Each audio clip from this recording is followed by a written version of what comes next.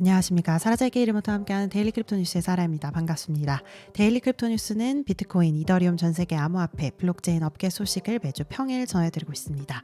저희 팟캐스트는 팟빵, 스포티파이 그리고 유튜브에서는 영상으로도 만나보실 수 있고요. 항상 구독 그리고 댓글 남겨주시면 너무 감사드리겠습니다.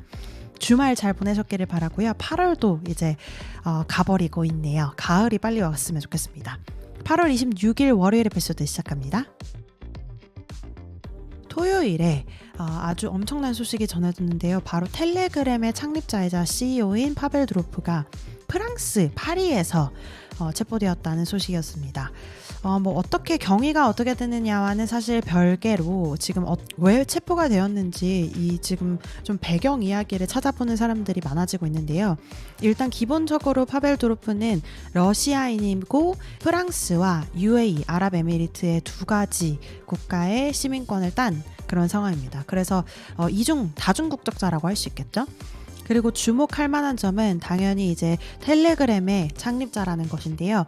파벨 두로프의 이전 행적을 좀 살펴보면 텔레그램을 통해서 어떤 나라든 어떤 나라의 국민이든 이 텔레그램을 통해서 이 표현의 자유 그리고 여러 가지 메시지들을 비밀화된 상황에서 이용할 수 있게끔 사용하는 그런 프로덕트에 좀 관심을 많이 가졌고 각 당국의 정보국에서 원하는 좀 비밀 정보들을 제공하는 거, 그러니까 사용자들, 텔레그램의 사용자들이 보냈던 메시지를 이 정보국에게 제공하는 그런 일들을 거부한 것으로 굉장히 유명했던 인사로 알려져 있습니다. 그 과정에서 파벨 두로프의 텔레그램 창립과 그리고 이용 그리고 여러 가지 상황들을 겪어나가면서 미국 그리고 러시아 우크라이나 그리고 프랑스 다양한 전쟁과 관련된 이제 국제적인 이슈들에 있어서 좀 문제가 되었던 것으로 알려져 있습니다. 아무래도 텔레그램으로 인해서 다양한 정보들이 오가고 또 전쟁 상황에서는 정보국에게 그런 정보들이 좀 중요하게 여겨질 수 있으니까요. 그래서 이런 부분들에 의해서 좀 파벨 두로프가 여러 국가의 정보국에 좀 미움을 샀던 그런 상황들도 또 있었고 또 어떤 상황에선 한 특정 국가를 옹호하거나 지지하는 그런 상황도 많이 생겼던 것으로 보입니다.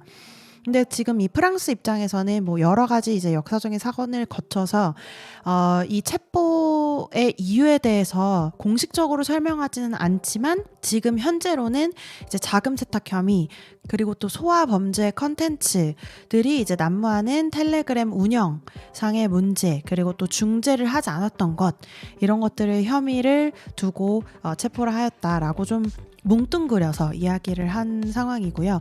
오늘 사실 이 파리 검찰이 다시 한번 정확하게 이 체포 관련된 혐의와 관련된 이제 성명을 다시 낼 예정입니다. 이 상황의 사실 여부를 떠나서 사실은 이런 사건들이 세계 곳곳에서 이루어지고 있다는 것은 좀 저희가 경계를 해야 할 일인 것 같습니다. 이제 암호화폐 그리고 블록체인을 이용해서 만들어진 프로젝트들 지금 또 텔레그램이 특히 더 암호화폐와 요새 또 톤 코인을 만들면서 밀접하게 연관이 되어 있잖아요.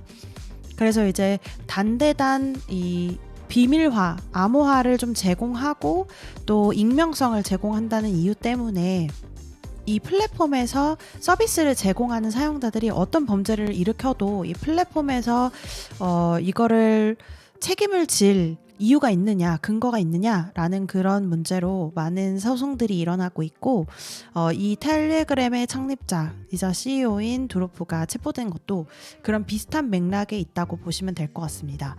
아무래도 지금 이 소식 때문에 텔레그램의 지금 톤코인 가격은 14% 정도 하락해서 현재는 5.6달러에서 거래되고 있고요.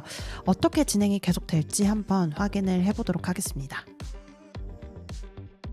미국에 기반을 둔 비트코인 현물 ETF 총 가치가 금요일에 7일 연속으로 일주일 동안 긍정적인 유입이 이루어지면서 8월 한 달 동안 역대 최고치인 약 584억 달러에 도달했습니다. 소스밸류 데이터에 따르면 금요일에는 연이은 상승세가 계속되면서 비트코인 현물 ETF의 7월 22일 즉 32일 이후 최대인 2억 5,200만 달러의 순유입까지 기록했다고 합니다. 지금 비트코인 현물 ETF는 계속해서 올라가는 상황이고요. 아무래도 요 몇 주 한두 달간의 계속된 매도세가 좀 사그러들면서 인기를 계속 끄는 것으로 보입니다. 반면 현물 이더리움 ETF 같은 경우 7일 연속 순유출을 기록 중입니다. 비트코인과는 좀 반대되는 모습이고요. 금요일 같은 경우 570만 달러가 유출되어서 8월 15일 유출이 좀 계속해서 시작된 이후에 9,900만 달러가 유출이 된 상황입니다. 데일리 크립토 뉴스에서 전해드리는 소식 재미있고 또 여러분들이 평상시에 한국어로는 접해보지 못했던 소식들 접해보고 계시다면 언제든지 구독해 주시고요. 리뷰도 꼭 남겨주시면 참고해서 뉴스 전달드리도록 하겠습니다. 지난주 화요일에 저희가 AI 그리고 암호화폐 관련성 그리고 또 요거를 좀 더 섹터별로 구분을 해놓은 리포트를 좀 자세하게 설명을 드렸었는데요. 암호화폐와 인공지능의 교차점에서 만난 스타트업들이 전성기를 맞이하고 있다는 소식이 나왔습니다. 바로 투자 소식인데요. PIPLabs 같은 경우 한국에서는 이미 많이 홍보가 되어서 잘 알고 계실 겁니다. 스토리 프로토콜의 비하인드에 있는 회사죠. A6NG가 주도하는 시리즈 B 라운드로 8천만 달러를 모금을 했고요. 그 다음에 탈중앙화 플랫폼 사하라 AI 라는 AI 엔진을 개발하는 암호화 AI 스타트업인 사하라랩스 역시 판테라 캐피털과 폴리체인 캐피털이 주도한 전략적인 라운드에서 3,700만 달러를 유치를 했습니다. 그리고 센티언트 같은 경우 폴리곤의 산디비 공동 설립한 회사로 메가시드 라운드라는 이름으로 8,500만 달러 규모의 시드 라운드를 자금 유치했습니다. 수많은 회사들이 더 있는데요. 더 작은 금액들도 있고 지금 확실히 투자 관련해서는 좀 선두를 달리고 있는 주 섹터라고 보시면 되겠습니다. 한편에서는 이에 관련해서 좀 걱정되는 그런 목소리들도 나오는데요. 대부분의 스타트업은 일단 실패를 할 것이고 많은 프로젝트가 전문성이나 이 관련된 비전을 뒷받침할 명확한 가치 제한이 없는 그런 경우에는 이제 과대 광고에 지나지 않는 그런 프로젝트가 될 것이다. 트렌드만 쫓아가는 알맹이 없는 그런 프로젝트가 될 것이다. 이렇게 보는 사람들도 있고 뭐 그러거나 말거나 지금 AI 암호화폐는 어떤 추세다, 트렌드다. 계속해서 투자가 이루어질 것이다. 이렇게 분석하는 사람들도 있고요. 아무래도 저희가 지난주에 소개드린 것처럼 그 인프라냐, 뭐 어플리케이션이냐, 아니면 뭐 데이터 보안이냐, 뭐 이런 것에 따라서 달라질 수 있겠지만 그 사람들이 생각하는 이 프로덕트가 실제 시장에서 먹혀 들어가느냐가 관건이고요. 그 다음에는 이제 거기를 통해서 사용자들을 모으고 또 성장을 계속해서 유지할 수 있느냐가 관건이겠죠. 뭐 이러나 저러나 앞으로 시간을 두고 계속해서 프로덕트 그리고 프로젝트들, 투자를 받은 프로젝트들이 좀 발전하는 양상을 봐야겠고요.